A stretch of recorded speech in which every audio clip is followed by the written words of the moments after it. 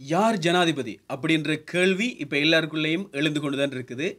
இப்போ இலங்கையில் இலங்கை வரலாற்றில் நடக்காத ஒரு சம்பவம் உண்டு இப்போ நடந்திருக்குது. என்னென்னு சொன்னால் 1978ஆம் ஆண்டில் இருந்து 2022ஆம் ஆண்டு வரை காலமும் என்ன நடக்கலைன்னு சொன்னால் இந்த மாதிரி ஜனாதிபதி தேர்தலுக்காக வேண்டி அதிகமான வேட்பாளர்கள் இருந்ததே கிடையாது. ஜனாதிபதி வேட்பாளராக வந்தது கிடையாது.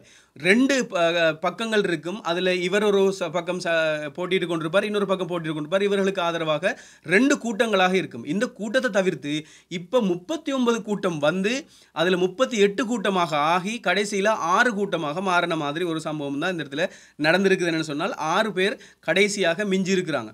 இப்போ ஆரம்பத்தில் எப்படி இருந்துச்சுன்னு சொன்னால் முதலாவது இப்போ 2 பேரும் கேட்பாங்க, இலங்கையில் வந்துட்டு 100க்கு 50க்கு மேற்பட்ட வாக்கை யார் எடுக்கிறாங்களோ அவங்க தான் ஜனாதிபதின்ற மாதிரி தேர்ந்தெடுக்கப்பட்டுச்சு ஆரம்ப காலத்திலிருந்து. இப்போ இப்படியாப்பட்ட சந்தர்ப்பத்தில் இப்போ அது என்ன நடக்கும் அப்படின்ற ஒரு கேள்வி எல்லாருக்குள்ளேயும் இருக்கும். என்னென்னு சொன்னால் 100க்கு 50% பார்க்கணுமா அப்படின்னு சொல்கிற ஒரு கேள்வி ஒன்று இருக்கும். இப்போ இத்தனை பேர் கேட்டாங்கன்னு சொன்னால் 100க்கு 50% வராது. அப்போ ஜனாதிபதி ஆகிறதுக்கான எந்த தகுதியும் யாருக்குமே இருக்காதா, யாருக்கு அது அப்படி வரும் அப்படின்ற ஒரு கேள்வி நிறைய பேருக்கு, தெளிவில்லாத நிறைய பேர் இருப்பாங்க. தெளிவுள்ளவங்களும் இருக்கிறீங்க, தெளிவில்லாதவங்களுக்காக தெளிவுபடுத்துறதுக்காக அந்த விஷயம். இப்போ இப்படியாப்பட்ட சந்தர்ப்பத்தில், இப்படி நிறைய பேர் இருக்கிற சந்தர்ப்பத்தில் என்ன நடக்கும் என்று சொன்னால் 100க்கு 50% காட்ட வேண்டிய அவசியம் கிடையாது. இப்போ என்ன நடக்கும் என்று சொன்னால் இந்த முதலாவதாகவும் 2வதாகவும் வந்திருக்கிறது சஜித் பிரேமதாஸ் அவர்களும் அனுரகுமார திசாநாயக்க அவர்கள் தான் வந்திருக்கிறாங்க. இப்போ அதிகமான வாக்குகளை பெற்றது அனுரகுமார திசாநாயக்க அவர்கள், 2வதாக இருக்கிறது வந்துட்டு சஜித் பிரேமதாஸ் அவர்கள். இந்த இடத்துல ரணில் விக்ரமசிங்க, நாமல் ராஜபக்ஷ அவர்கள், அரியநேத்திரன், அதே மாதிரி திலத் இவர்கள் எல்லாம் வந்துட்டு ஒதுக்கப்பட்டுருவாங்க. இப்போ இவங்க 2 பேருக்கும் என்ன செய்வாங்கன்னு சொன்னால் 2 பேர் வாக்கு கணக்கும் இருக்குது. இப்போ மற்றவங்களோட வாக்கில் இப்போ ரணில் விக்ரமசிங்க அவர்களுக்கு முதலாவது வாக்கை போட்டு 2வதாக யாரை போட்டிருக்காங்க, சஜித்தை போட்டிருக்கிறாங்களா, அப்படி இல்லைன்னா அனுரகுமார திசாநாயக்க அவர்களை போட்டிருக்கிறாங்களா அப்படின்ற கேள்விக்குள்ளே வந்து அவங்களுக்கு அந்தந்த வாக்கோட சேர்த்து செய்யப்படும். அந்த விருப்ப வாக்குகளை வைக்கப்பட்டு அதற்கு பிறகு கணக்கெடுத்து அதில் அதிகமான வாக்குகளை யார் பெறுறாங்களோ அவங்க தான் ஜனாதிபதி ஆகுவாங்க. இதுதான் ரிசல்ட். இதில் 100க்கு 50% காட்டணும் அப்படின்றது கிடையவே கிடையாது. 100க்கு 51% காட்டணும் அப்படின்றது, 50க்கு மேல் எடுக்கணும் அப்படின்ற விஷயம் இதுக்குள்ளே கிடையவே கிடையாது. நன்றாக ஞாபகம் வச்சுக்கொள்ளுங்க. கடைசியாக வர 2 வேட்பாளர்களும் அதிகமான வாக்குகளை யார் பெறுறாங்களோ அவங்க தான் அடுத்த ஜனாதிபதியாக, இலங்கையினுடைய தலைவராக, அதிபராக இருக்க போகிறாங்க அப்படின்றது தான் இதுக்குள்ளே முக்கியமான ஒரு விடயம். அடுத்தது உங்களுக்கு எல்லாருக்கும் இன்னொரு விஷயத்தை சொல்லிக் கொடுக்கணும்னு சொன்னால் வரலாற்றில் நடக்காத ஒரு சம்பவம் ஒன்று இந்த முறை நடந்திருக்குன்னு சொன்னால் இப்போ சந்திரிகா குமாரதுங்க இருக்காங்க தானே, ஜே.ஆர். ஜெயவர்தன் அவர்களுடைய காலத்தில் எடுத்துக்கொண்டவங்க இருந்தால் 1978ஆம் ஆண்டு காலத்தில் இருந்து நீங்கள் பார்த்தீங்களாக இருந்தால் ஜே.ஆர். ஜெயவர்தன் அவர்கள் ஜனாதிபதியாக இருக்கிற சந்தர்ப்பத்தில் மறுபடியும் வாக்கு கேட்டு 2வது முறை ஜனாதிபதியாக இருந்தார். அதே மாதிரி சந்திரிகா குமாரதுங்க அவர்கள் 99ஆம் ஆண்டுன்னு நினைக்கிறேன், அந்த காலத்தில் அவர்களும் வாக்கு கேட்டு 2வது தரம் ஜனாதிபதியாக இருந்தாங்க.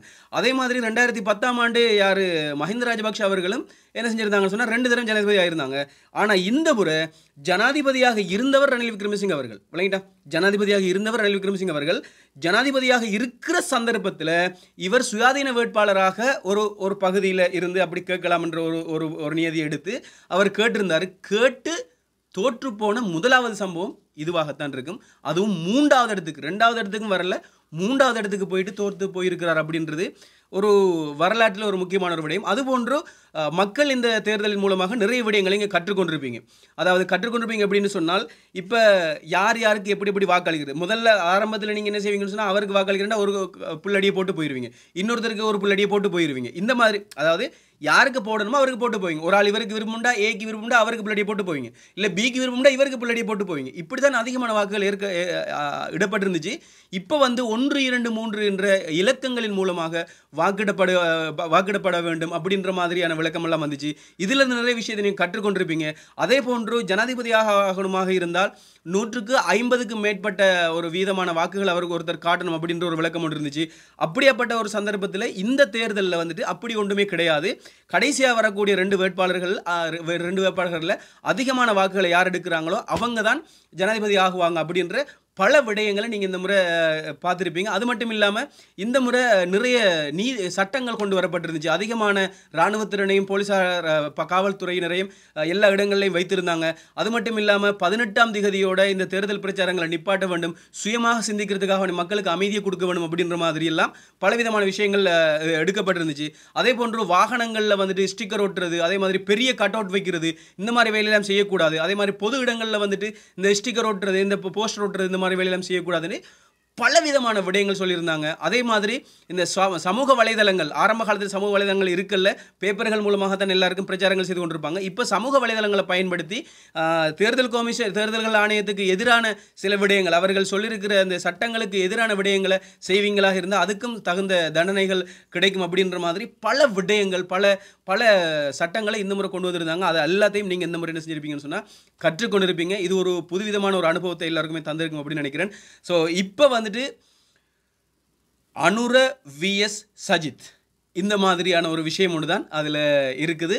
எனவே இந்த இடத்துல சஜிதா அனுரையா அப்படின்ற ஒரு கேள்வி தான் இப்போ இருக்குது. அடுத்தது சஜிதா அனுரையா அப்படின்ற ஒரு கேள்வி இருக்குது. இதில் யார் வெல்ல போகிறாங்களோ அவர்கள் தான் அடுத்த இலங்கையினுடைய தலைவராக இருக்க போகிறார்கள்.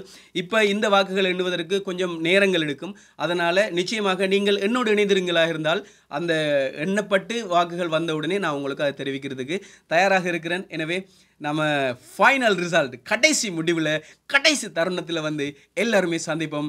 அடுத்த தலைவர் யாருன்றதை தெரிஞ்சு கொள்றதுக்கு ஆர்வமாக இருப்பீங்கன்னு நினைக்கிறேன். உங்களோட ஆர்வங்கள் எப்படி இருக்குதுன்றதை கொமெண்ட்டில் போடுங்க. நான் அதை படித்து அதை நான் தெரிஞ்சு கொள்கிறேன். இவ்வளோ நேரமாக நான் நேற்று இரவுலேருந்து இதுவரைக்கும் உங்களுக்காக வேண்டி இந்த விஷயங்களை கொண்டு வரதுக்காக வேண்டி நிறைய கஷ்டப்பட்டு நான் இந்த தகவல்களை உங்களுக்கு கொண்டு வந்திருந்தேன். உடனே எடிட் பண்ணி போடுறது, அப்லோட் பண்ணணும், போடணும், எடிட் பண்ணணும் அப்படின்ற பல விஷயங்கள் இருக்குது. கிட்டத்தட்ட ஒரு 4 பேர்கிட்ட இவரத்தை வேலை செய்து கொண்டு தான் இருக்கிறாங்க. அப்படி இருக்கிற சந்தர்ப்பத்தில் நிறைய பேருக்கு நான் அந்த வேலைக்கு ஆட்களை வச்சு நான் இவ்வளோ கொண்டு வந்த காரணம் என்னென்னு சொன்னால் நீங்கள் சந்தோஷமாக இருக்கணுன்றதுக்காக வேண்டி. இப்போ உங்களுடைய அனுபவங்கள், சந்தோஷங்கள் என்னன்றதை கட்டாயமாக கமெண்ட் பண்ணுங்கள். நான் அதை வாசித்து நான் கொஞ்சம் சந்தோஷப்பட்டுக்கிறேன். நம்ம கடைசி கட்டத்தில், கடைசி எல்லையில் போயிட்டு நாம் சந்திப்போம்.